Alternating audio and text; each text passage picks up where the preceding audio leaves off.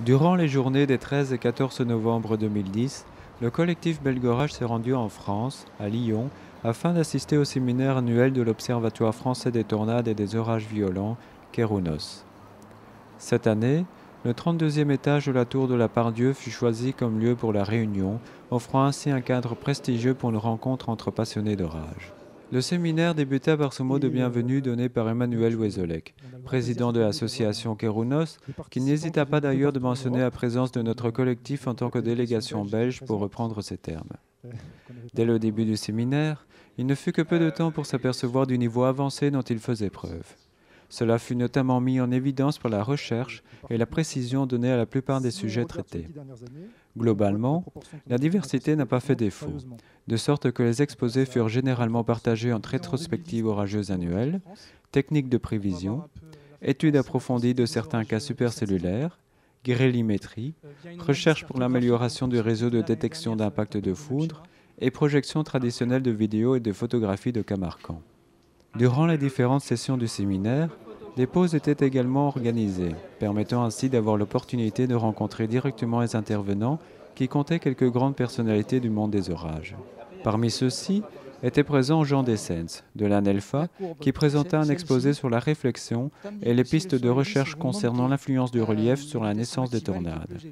Était présent également Gérard Berger, proche collaborateur d'Alex Serment, qui mit en évidence l'utilité de la collaboration chercheur-chasseur d'orage pour la mesure de l'efficacité de détection et de localisation d'un réseau de détection des éclairs.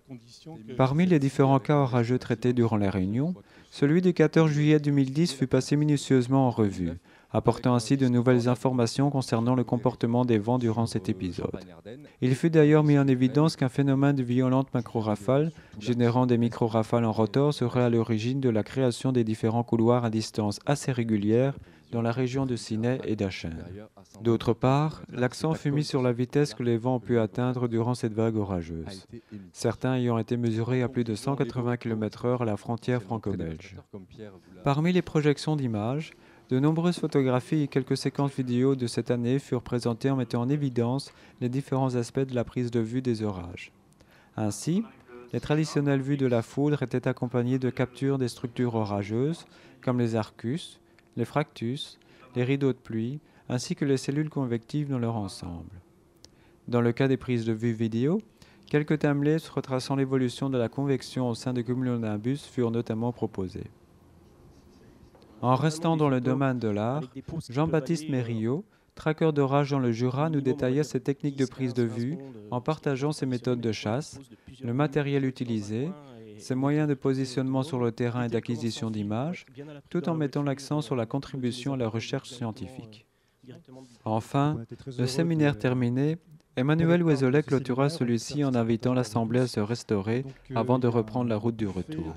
De cet événement, le collectif Belgorage retient avant tout la qualité dont le séminaire a fait preuve durant toute sa durée.